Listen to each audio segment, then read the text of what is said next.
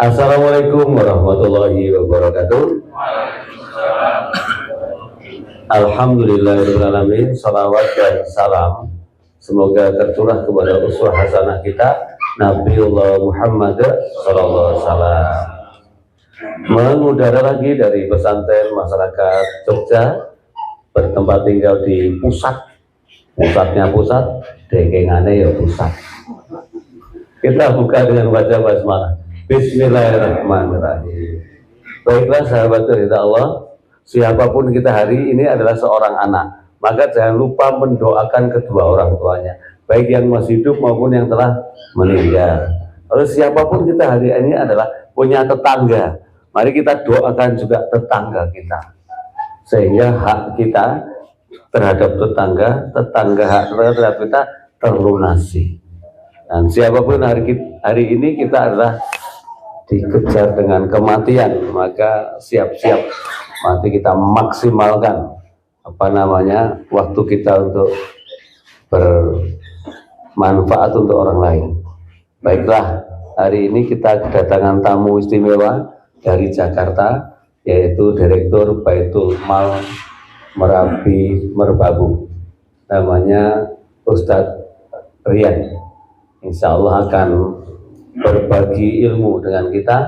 Mari kita dengarkan dengan senang hati, dengan hati-hati, dengan membawa banyak hati, dan insya Allah dengan mengisi hati kita, tidak untuk mengotori hati kita. Mudah-mudahan Allah memberkahi kita dengan kasih sayangnya yang sempurna. Allahumma amin. Kepada Ustadz Rian kami persilakan. Bismillahirrahmanirrahim. Assalamualaikum warahmatullahi wabarakatuh. Alhamdulillahi rabbil alamin. Asyhadu an la ilaha illallah wa asyhadu anna Muhammadan abduhu wa rasuluhu la nabiyya ba'da. Yang kita cintai, kita kagumi guru kita Ustadz Puji Hartono, semoga Allah selalu memberikan keberkahan dan kesehatan pada beliau. Para jamaah yang insya Allah selalu dimudahkan setiap langkahnya di dalam kerja-kerja dakwah ini. Alhamdulillah, pada sore hari ini menjelang malam ini kita bisa silaturahim di pesantren masyarakat Jogja ini dengan penuh kebahagiaan, penuh kesenangan, dan insya Allah ini adalah tanda-tanda bahwa kita seorang muslim yang sempurna. Para jemaah sekalian, pada kesempatan kali ini Ustadz Puji Hartono memberikan waktu kepada Al-Fakir untuk bersama-sama di dalam dakwah ini, bersama-sama memahami, mengkaji tentang ayat-ayat Allah, baik yang dituliskan di dalam Quran maupun yang berserakan di alam terbuka ini. Salah satu yang menjadi tanggung jawab dan amanah kita sebagai seorang lelaki, sebagai seorang pemimpin keluarga, pemimpin rumah tangga, pemimpin lingkungan dan lain sebagainya, adalah bagaimana kita selalu menuntun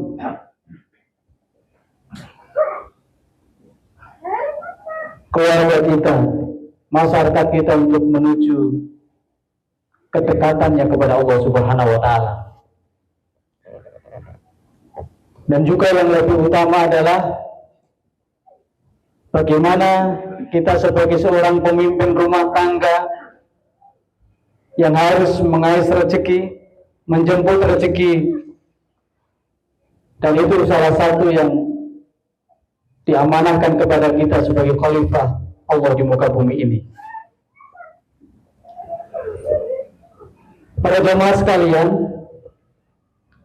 ada 3 kaidah di dalam kita berikhtiar. Saya mencoba meramu ini sesuai dengan ilmu yang saya dapatkan di jenjang kuliah saya di Pasca Sarjana Universitas Trisakti. Kebetulan saya mengambil konsentrasi pada ekonomi Islam. Bahwa kaidah di dalam kita menjemput rezeki dan ikhtiar itu ada 3, Bapak-bapak sekalian. Dan ini harus kita ingat. Dan ini harus kita pahami. Karena kalau kita keluar dari ini, kita tidak tahu apa yang kita ambil, apa yang kita dapatkan, apa yang kita raih dalam menjemput rezeki itu sudah sesuai dengan syariat yang diajarkan oleh Allah dan juga Rasulullah SAW. 3 kaidah itu apa? Yang pertama adalah usaha yang halal. Yang kedua adalah usaha yang jujur. Yang ketiga adalah usaha yang bertawakal. 3 pondasi bagaimana seorang muslim di dalam menjemput rezeki yang diturunkan oleh Allah Subhanahu wa taala. Kita coba diskusi satu-satu dari 3 pendekatan yang disampaikan oleh, yang diajarkan oleh Islam, agama yang kita cintai. Di dalam sebuah hadis yang diriwayatkan oleh Muslim dari Abu Hurairah radhiyallahu anhu, Rasulullah menegaskan kepada kita sekalian, Inna Allaha thayyibun la yaqbalu illa thayyiban. Inna Allaha, sesungguhnya Allah thayyib, baik. Wa tidak ada yang baru menerima illa kecuali yang baik. Hadis ini Bapak-bapak sekalian, kalau kita renungkan, ini luar biasa.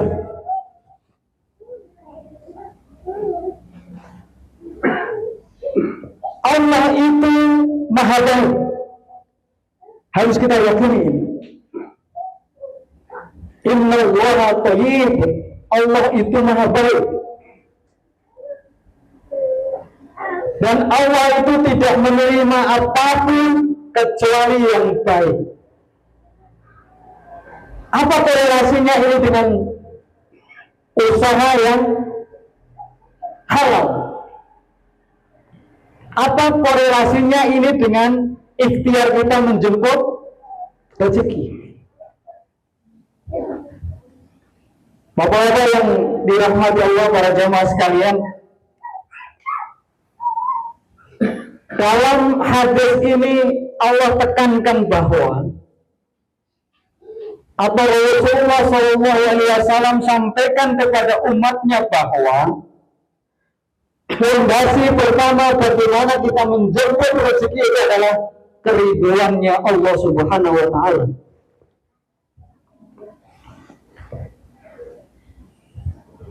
Bahkan kalimat keridhaan ini tidak cuma di dalam ikhtiar kita menjemput rezeki, akan tetapi ridhonya Allah itu untuk semua aktivitas dan kegiatan yang kita lakukan di muka bumi ini.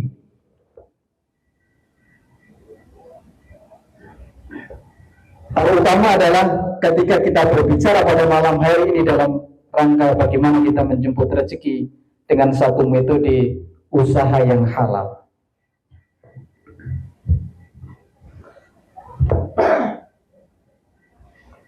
Para jamaah sekalian, kalau berbicara tentang keridhaan, bagaimana kita menjemput ridhonya Allah, bagaimana menjemput kasih sayangnya Allah, bagaimana menjemput keluasan cintanya Allah kepada umat kita, termasuk kita ini adalah kita kuatkan, kita luruskan niat bahwa semua yang kita lakukan, baik kaki yang untuk melangkah, tangan untuk memegang, mulut untuk berbicara, mata untuk melihat, itu dalam rangka bagaimana kita mencari ridhonya Allah Subhanahu wa taala.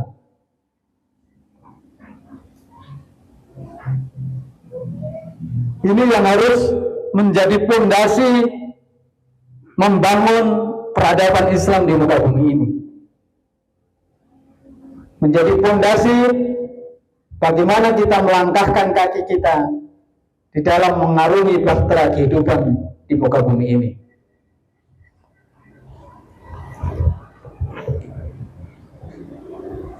Yang kedua, Bapak-bapak sekalian, bagaimana usaha yang halal itu? Rasulullah juga sudah tegaskan, thalabul halal fardhu ba'dal fardhu. Mencari yang halal itu adalah kewajiban yang utama, kata Rasulullah, yang diriwayatkan oleh At-Tabrani di dalam hadisnya. Jadi mencari yang halal itu adalah kewajiban yang utama bagi seorang muslim, terutama di dalam menjemput rezeki.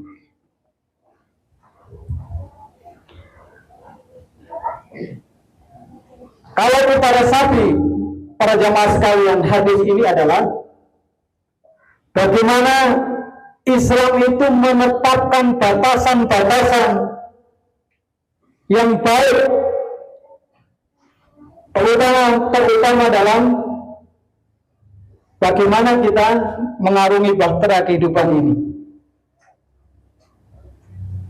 Batasan-batasan yang baik, karena hadis ini benar-benar menjelaskan kepada kita bahwa paling utama yang harus kita lakukan di dalam kerja-kerja di dunia ini adalah kewajiban yang utama itu adalah mencari yang halal. Mencari yang halal, rezeki yang halal, istri pun yang halal gitu ya. Misalnya pun dua juga nggak apa-apa, yang penting halal gitu. Yang halal. Ini yang harus kita jaga, Bapak-bapak sekalian. Bagaimana proses yang kita lakukan di dalam menjemput rezeki, berikhtiar bagaimana kita bisa mencari nafkah untuk keluarga kita itu, yang harus kita lihat adalah ini halal atau tidak, kan gitu. Ini halal atau tidak.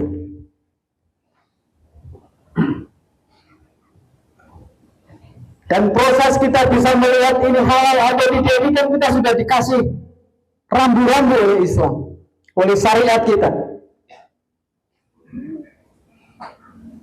Sudah dikasih rambu-rambu. Bahkan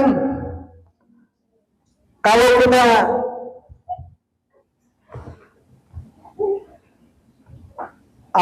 kita coba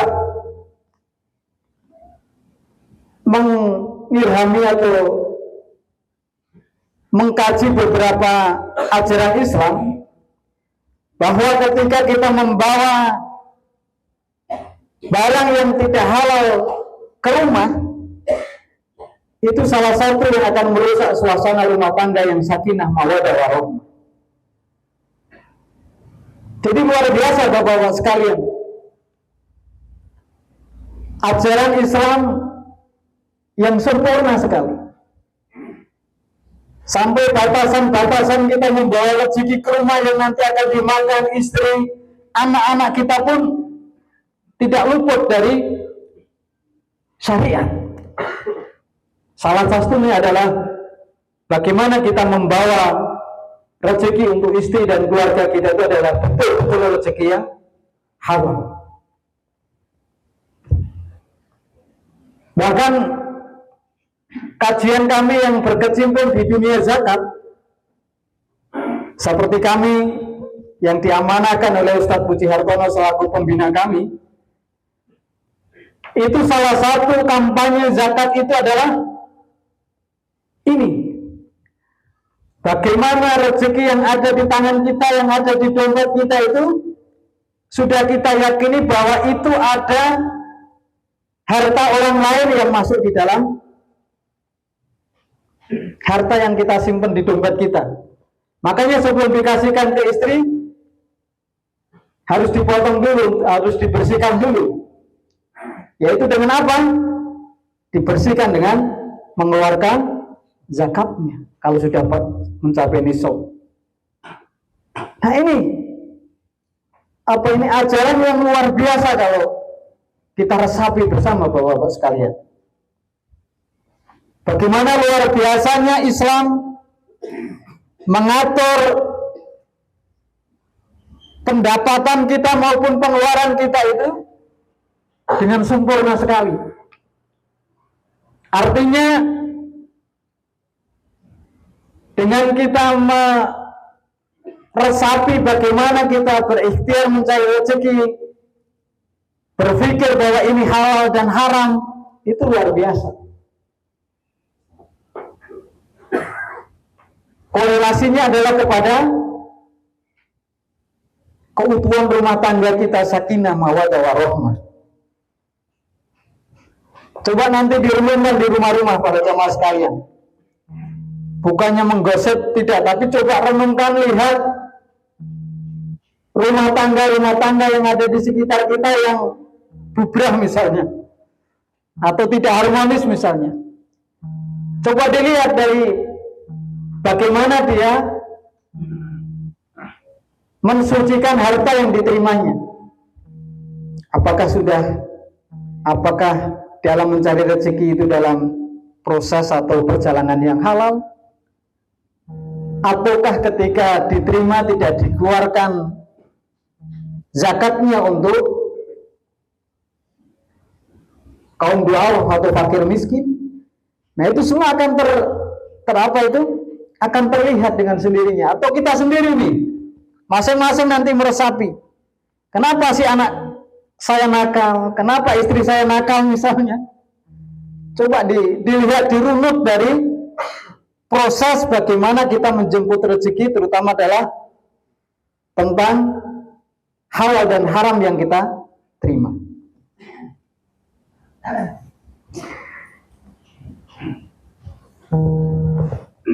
Yang ketiga, salah satu yang diajarkan oleh Rasulullah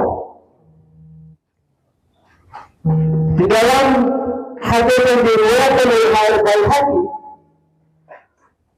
Rasulullah telah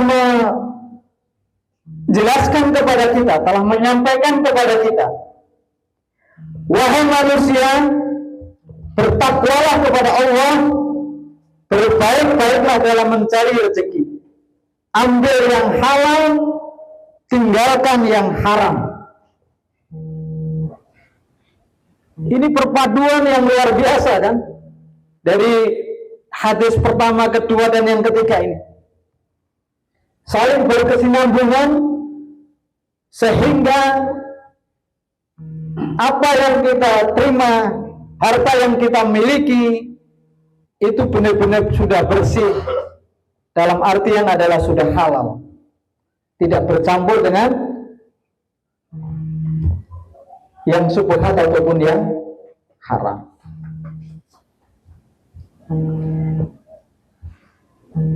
Sehingga hadis yang saya bacakan ini menjadi pelengkap yang luar biasa untuk kita istiqomah dan kita terus menerus untuk memahami bagaimana ikhtiar dengan mengutamakan halal yang kita dapatkan.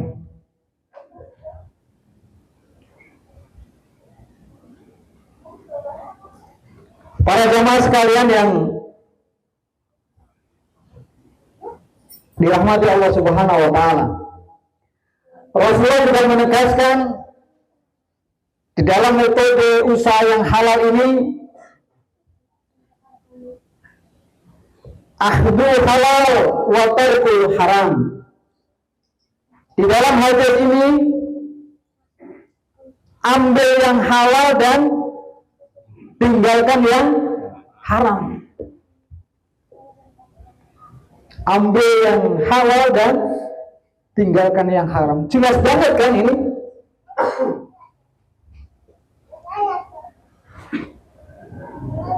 Ini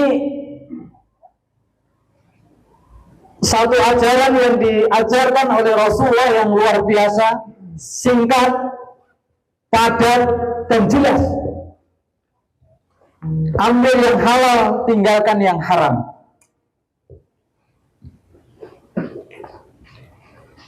Dan saya rasa Bapak-bapak sekalian, ikhtiar usaha untuk yang halal ini kalau benar-benar tidak kita kuatkan di dalam hati kita, benar-benar tidak kita cermati yang dengan luar biasa, kita tanamkan dalam hati kita, itu godaannya luar biasa. Godaannya luar biasa. Tetapi kalau kita ingin menargetkan bahwa yang kita nantikan kelak adalah surga, ya ini harus kita lakukan. Ini harus kita lakukan. Kalau target kita nanti surga. Ada yang hadir di sini targetnya neraka. Pasti sama, semua targetnya adalah surga. Dan proses menuju surga itu juga kalau dikatakan berat-berat, tetapi kalau kita istiqomah dalam ajarannya Rasulullah tidak berat. Kalau kesadaran kita sudah terbuka. Kalau kesadaran kita sudah terbuka. Nah, makanya salah satu yang pasti nanti Allah tanya di yaumul akhir adalah salah satunya harta yang kita miliki. Hartanya dari mana? Dibelanjakan untuk apa? Itu kan pertanyaan yang nanti akan muncul. Makanya mengutamakan yang halal itu lebih baik daripada kita menerima yang haram. Karena timbangannya yang haram itu akan lebih berat.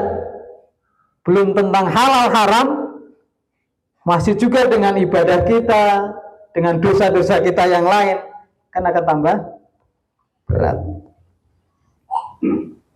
Nah, para jamaah yang dirahmati Allah, yang kedua adalah usaha yang jujur. Yang pertama adalah usaha yang halal, yang kedua adalah usaha yang jujur.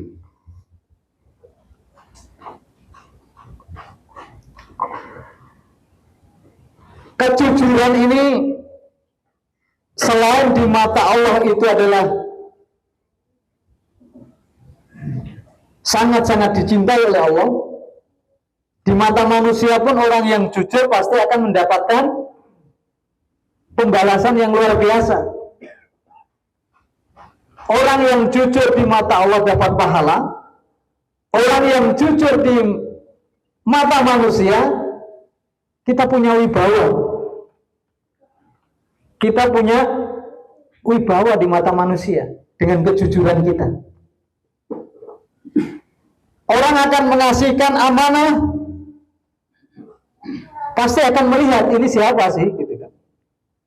Kalau dunia kami di lembaga zakat itu, ketika kita merekrut amil atau SDM, kita akan coba telisik dulu riwayatnya seperti apa, kan gitu. Riwayatnya seperti apa. Sama saya kira dengan kita bersosial di masyarakat. Orang akan memberikan amanah, itu akan melihat sosoknya seperti apa.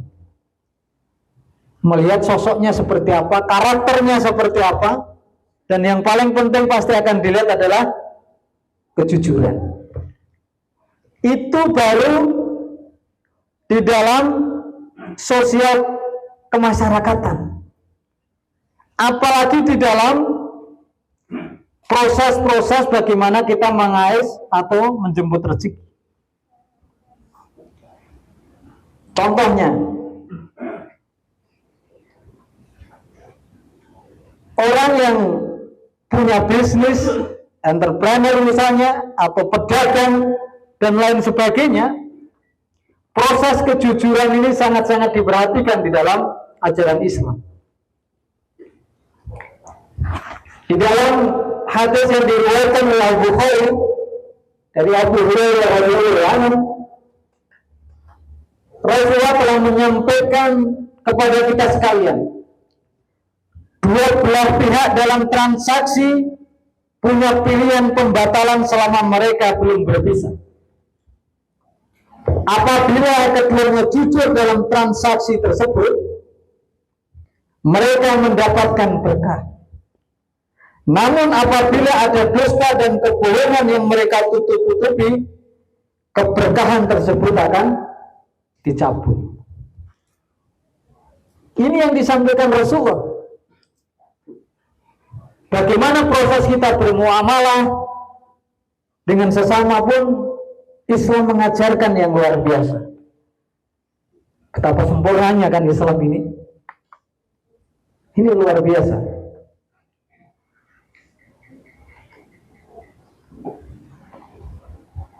Kenapa hadis ini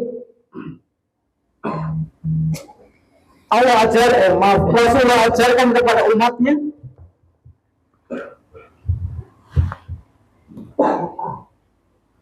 Kenapa? Karena jual beli atau muamalah itu adalah salah satu elemen terpenting di dalam konteks ekonomi Islam. Bermuamalah ini adalah salah satu yang sudah dilakukan Rasulullah sebelum beliau diangkat menjadi Rasul.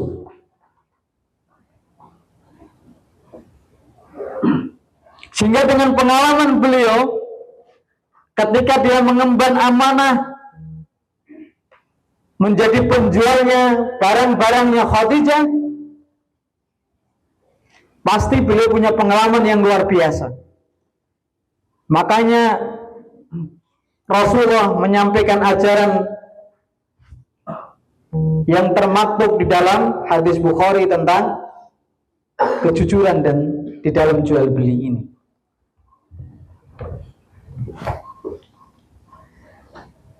Nah, para jamaah sekalian yang